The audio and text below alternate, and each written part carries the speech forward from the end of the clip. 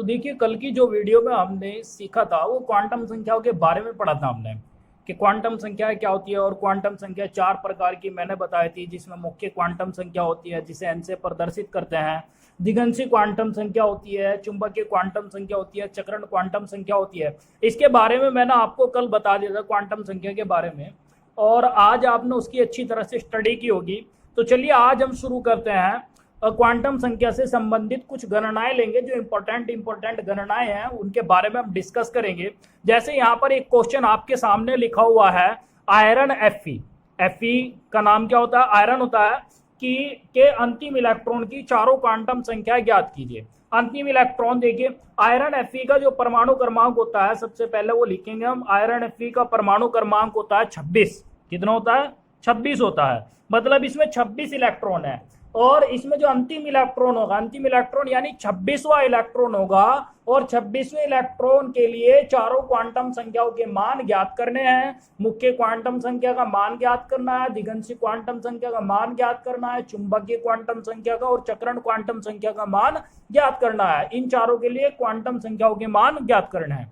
चलो शुरू करते हैं। आयरन Fe का सबसे पहले SpDF के रूप में यानी ऑफ-बाउ नियम के अनुसार हम इसके इलेक्ट्रॉनिक विन्यास करेंगे। तो ऑफ-बाउ नियम के अनुसार इलेक्ट्रॉनिक विन्यास करते हैं तो 1s2 2s2 2p6 3s2 3p6 4s2। देखिए यहां तक कितना हो गए? 2 और 2 4, 6 10 और 2 12, 6 18 और 2 20, 26 है ना। 4s2 के बाद आता है 3d6। तो देखिए जो 26वां इलेक्ट्रॉन है कहां पर प्रवेश कर रहा हो? 3d6 में प्रवेश कर रहा है। 26वां इलेक्ट्रॉन अंतिम इलेक्ट्रॉन है, और अंतिम इलेक्ट्रॉन कहां प्रवेश कर रहा है? 3d6 में प्रवेश कर रहा है। तो 3d6 के लिए सबसे पहले हमें मुख्य क्वांटम संख्या का मान ज्ञात करना है। 3d6 के लिए मुख्य क्वांटम संख्या देखिए क्या होगी? मुख्य क्वांटम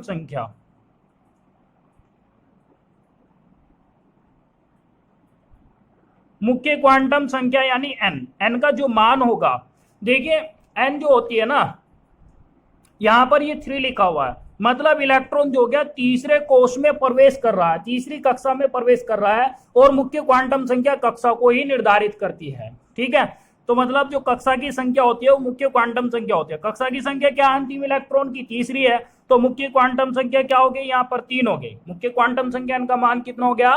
3। अब इसी तरह से इलेक्ट्रॉन डी उपकोष में प्रवेश कर रहा है, तो डी के लिए, और उपकोष को कौन प्रदर्शित करती है? दिगंशी क्वांटम संख्या प्रदर्शित करती है। यानी डी उपकोष के लिए दिगंशी क्वांटम संख्या का मान क्या होगा? डी 3d6 के लिए दिगंशी क्वांटम संख्या एल का मान जो होगा वो होता है 2। यानी एल का मान कितना हो गया? 2। अब देखिए चुंबकीय क्वांटम संख्या का मान ज्ञात करना हमें। किसका मान ज्ञात करना है? चुंबकीय क्वांटम संख्या का मान ज्ञात करना। यहाँ एल का मान कितना हो गया? 2 हो गया। तो चुंबकीय क्वांटम संख्या के जो मान होते हैं वे दिगंशी क्वांटम संख्या के मानों पर निर्भर करते हैं। किस पर निर्भर करते हैं? दिगंशी क्वांटम संख्या के मानों पर निर्भर करते हैं। मतलब चुंबकीय क्वांटम संख्या, चलो पहले हम थोड़ा सा ये कर लेते हैं। ये 3d6 है, इसका वितरण करते हैं कक्षकों में, क्योंकि कक्षक को प्रदर्शित करती है कि कौन से कक्षक में इलेक्ट्रॉन प्रवेश कर रहा है, वो चुंबकीय क्वांटम संख्या प्रदर्शित करती है। 3d6 डी में कितने कक्षक होते हैं? 5। तो 5 कक्षक बनाएंगे। 1 2 3 4 5, 1 2 3 4 5, ये 5 कक्षक हमने बना दिए हैं। 6 इलेक्ट्रॉन है, तो हुंड के अधिकतम बहुलता नियम के अनुसार पहले एक एक इलेक्ट्रॉन प्रत्येक कक्षक में भरा जाएगा। 3 4 5। अब ये छठा इलेक्ट्रॉन हो गया। अब इसमें जो छठा इलेक्ट्रॉन हो गया वो 26वां इलेक्ट्रॉन है, और यही अंतिम इलेक्ट्रॉन है। ठीक है, तो अब देखिए यहां पर इसके जो मान होते हैं -L से 0 से प्लस L तक होते हैं। m के मान क्या होते हैं? -L से 0 से प्लस L तक। मतलब m के जो टोटल मान होंगे -L से 0 से प्लस L तक, यानी -2 से 0 से प्लस 2 तक हो जाएंगे। -L की जगह यहां पर 2 है, तो -2 से 0 से यानी -1, फिर इसके बाद आएगा 0, फिर +1 आएगा, और फिर क्या आएगा? +2 आएगा। ठीक है ना। तो देखिए इस तरह से 5 कक्षक है तो 5 ही मान हो गए। कितने मान हो गए यहाँ पर? 5 मान हो गए। तो अब देखिए यहाँ पर बात क्लियर होने वाली है। अब इसमें से कौन सा चुंबकीय क्वांटम संख्या का मान लिया जाएगा 26वें इलेक्ट्रॉन के लिए, अंतिम इलेक्ट्रॉन के लिए। अंतिम इलेक्ट्रॉन तो इस कक्षक में प्रवेश कर रहा है। क्यों? कौन से में प्रवेश कर रहा है? इस कक्षक में प्रवेश कर रहा है। और इसके लिए जो m का मान है वो कितना है यहाँ पर? -2 है।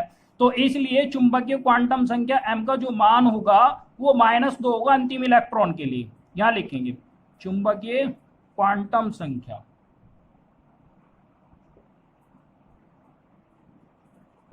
m का मान कितना हो जाएगा यहाँ पर? वो -2 हो जाएगा। क्लियर हो गई बात? क्योंकि जो 26वां इलेक्ट्रॉन हो गया वो इस कक्षक में प्रवेश कर रहा है, डी के पहले कक्षक में, ठीक है। और 26वां इलेक्ट्रॉन डी के पहले कक्षक में प्रवेश कर रहा है, तो डी के पहले कक्षक के लिए m का मान क्या है यहाँ पर? -2 है। तो इसलिए चुंबकीय क्वांटम संख्या m का मान कितना हो जाएगा? -2 हो जाएगा। अब चक्रण क्वांटम संख्या s का मान ज्ञात करना है। तो देखिए चक्रण क्वांटम संख्या s का मान ज्ञात करते हैं। चक्रण क्वांटम संख्या,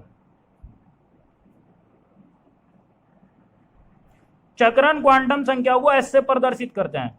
अब 26वां इलेक्ट्रॉन हो गया, उसकी जो दिशा है वो कौन सी दिशा है? देखिए वामावर्त दिशा है, क्योंकि इलेक्ट्रॉन किस दिशा में प्रवेश कर रहा है? 26वां, नीचे की ओर को, ठीक है ना। और जब डायरेक्शन ये होती है तो चक्रण क्वांटम संख्या एस का मान क्या होता है? -1/2 होता है। कितना होता है? -1/2 होता है। ये बात आपको ध्यान में रखनी है। तो इस तरह से 4 मान आ गए, एक 3 आ गया, एक 2 आ गया, और एक -2 और एक -1/2। तो ये हम कहेंगे आयरन Fe के लिए अंतिम इलेक्ट्रॉन की चारों क्वांटम संख्याओं के मान हो गए। मतलब n का मान 3, l का मान 2, m का मान -2 और s का मान कितना आ गया? -1/2 आ गया। ठीक है ना। इस तरह से ये बात क्लियर हो गई।